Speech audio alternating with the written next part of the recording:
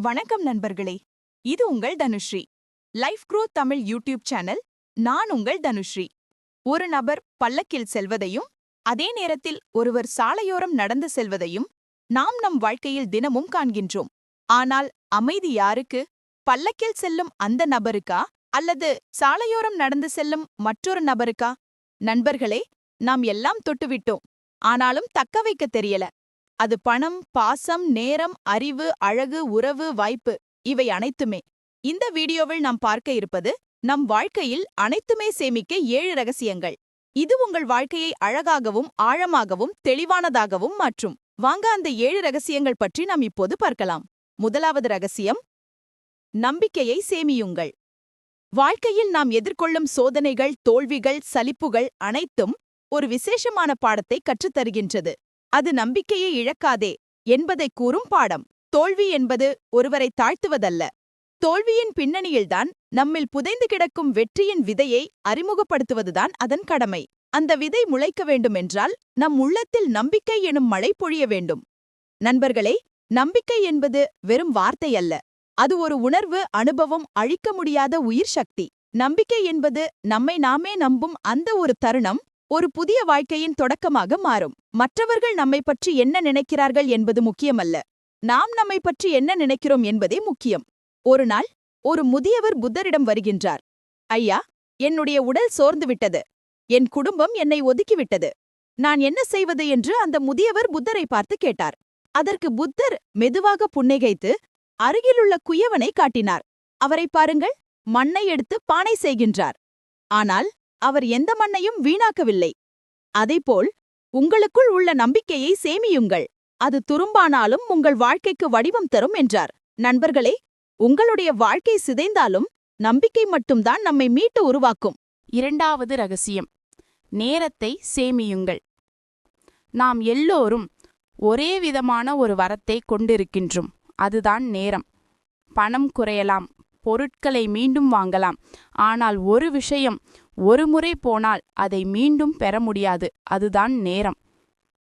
நேரம் என்பது நம் வாழ்க்கையின் அத்தியாவசியமான வளம். ஒவ்வொரு நொடியும் நாம் என்ன செய்கின்றோம் என்பதை பொறுத்தே நம் எதிர்காலம் இருக்கும்.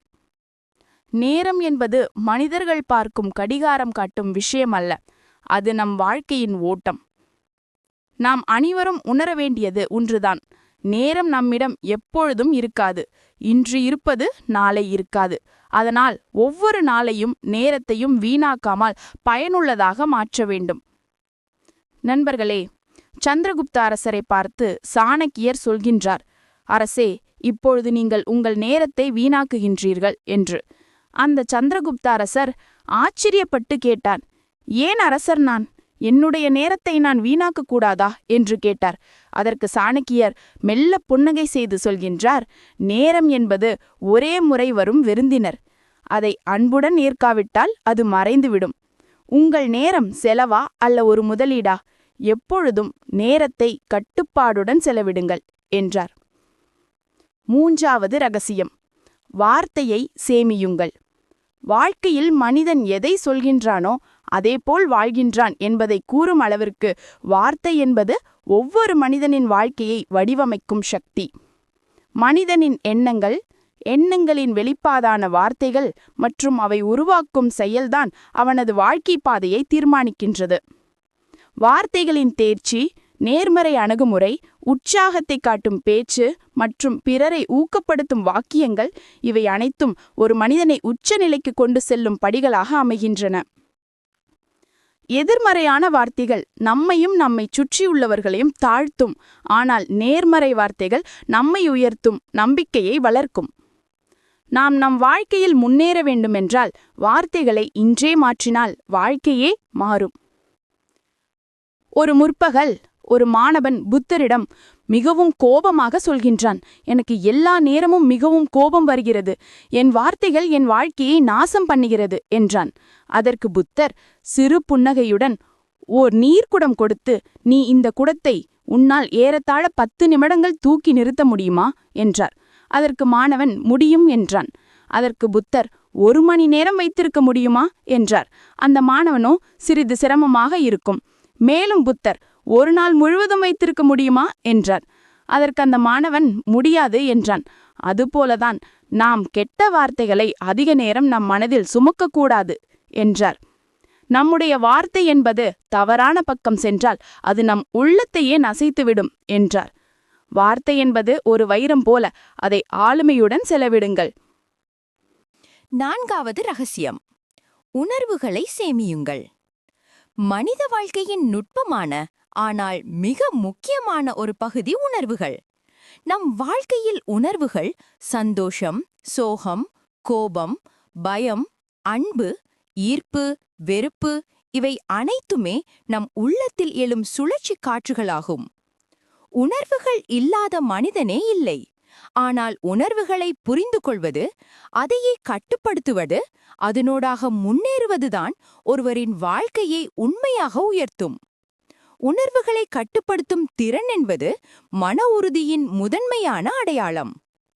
மனிதன் தன் கோபத்தை அடக்குகின்றான், பயத்தை எவ்வாறு எதிர்கொள்கின்றான் என்பதிலேயே அவனுடைய வெற்றி அமைகின்றது. உணர்வுகளை அடக்கி வைப்பது முக்கியமல்ல, அவற்றை சரியான வழியில் புரிந்து கொண்டு அவற்றை நாம் கட்டுப்படுத்துவதே சிறந்தது. ஒரு நாள் ஒரு கருடன் மிகவும் கோபமாக வானிலிருந்து கீழ் நோக்கி பறந்து வந்தது. அதை பார்த்த முனிவர் ஒருவர் அந்த கருடனை அழைத்து, ஏன் இவ்வளவு கோபமாக உயரத்திலிருந்து கீழே இறங்குகிறாய் என்றார். அதற்கு அந்த கருடன் கூறியது, சுவாமி, நான் மேலே சந்தோஷமாக பறந்து கொண்டிருந்தேன். திடீரென்று அந்த நரிக்கூட்டம் என்னை பார்த்து சிரித்தது. அதனால்தான் நான் கோபத்துடன் அதை தாக்க கீழே இறங்குகின்றேன் என்றது. அதற்கு அந்த முனிவர், கருடனே, நீ மேலே பறந்து கொண்டிருப்பதை தாங்கிக் கொள்ள முடியாமல் சில தந்திரகரா நரிகள் உன்னை கீழே வீழ்த்த எண்ணி சதித்திட்டம் தீட்டுகின்றது. அதை நீ புரிந்து கொள்ளாமல் உன் கோபம் எனும் மாயையினால் மேலிருந்து கீழே இறங்குகின்றாய். அதனால் உன்னுடைய நிலையிலிருந்து தாழ்ந்து பெரும் சூழ்ச்சிக்குள் சிக்கிக்கொள்வாய் என்றார். அப்பொழுது தான் புரிந்தது அந்த கருடனுக்கு, நாம் தவறு செய்து விட்டோம் என்று.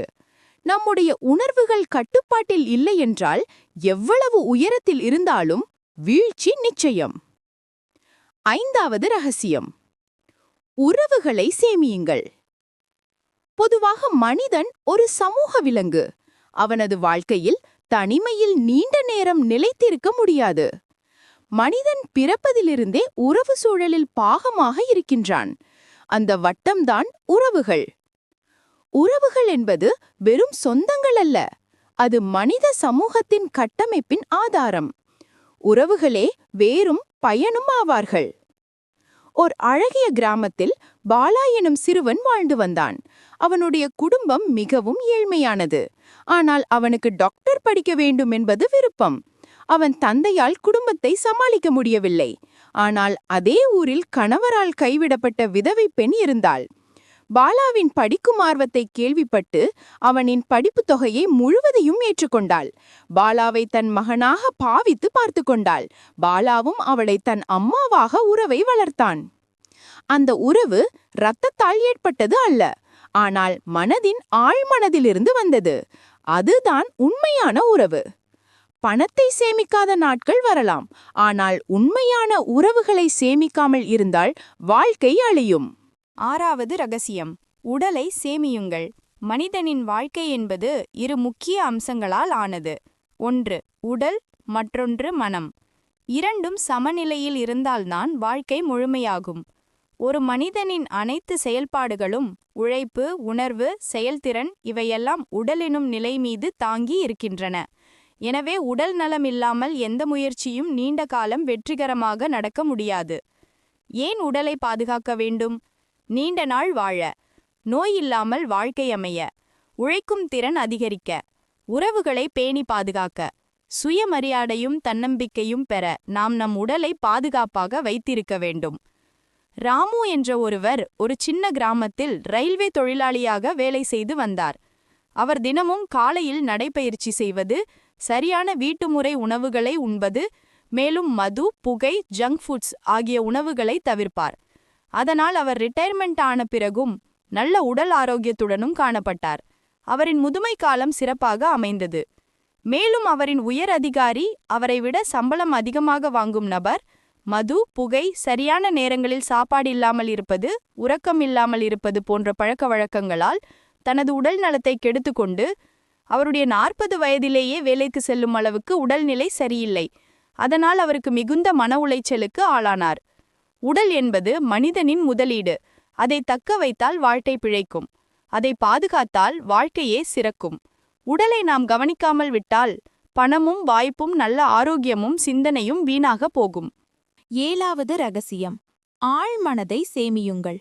ஆழ்மனம் என்பது நமது உணர்வுகளும் பழக்க வழக்கங்களும் நினைவுகளும் நம்பிக்கைகளும் தாங்கியிருக்கும் மனிதனின் ஒரு மறைமுக பகுதி.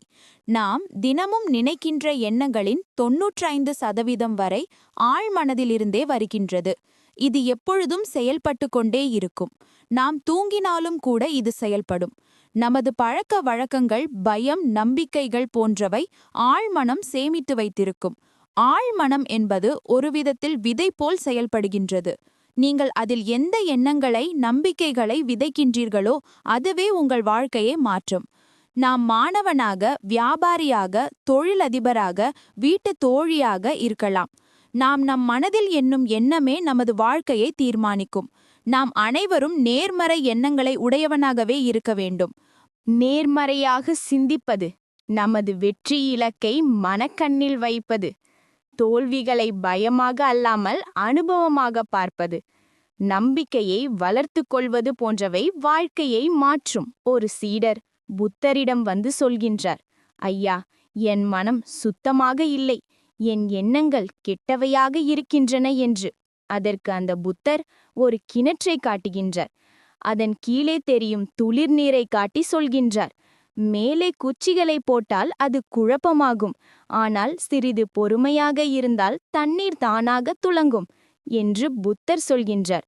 சீடனை பார்த்து, மனம் என்பது கிணற்றிலிருக்கும் துளிர் நீரைப் போல, தேவையில்லாத குப்பைகளை போட்டால் கலங்கத்தான் செய்யும். சிறிது நேரம் அமைதியாக இருந்து நாம் யோசித்தால் தானாகவே தெளிவடையும். எந்த சூழ்நிலையிலும் நாம் அமைதியாக யோசித்து முடிவெடுக்க வேண்டும். உங்கள் ஆழ்மனதில் அமைதியை தேடுங்கள். அது தானாகவே செல்வத்தையும் மனமகிழ்ச்சியையும் நிம்மதியையும் பெருக்கும். நண்பர்களே, வாழ்க்கையை அழகுபடுத்த ஆசை இருக்கின்றதா? அப்படியானால் சேமிக்க கற்றுக்கொள்ளுங்கள். பணம் மட்டுமல்ல, நம்பிக்கை, நேரம், உணர்வு, உறவுகள், உடல் நலம், ஆழ்மனம் போன்றவற்றையும் சேமிக்க வேண்டும். நன்றி. மீண்டும் ஒரு நல்ல பதிவில் சந்திப்போம்.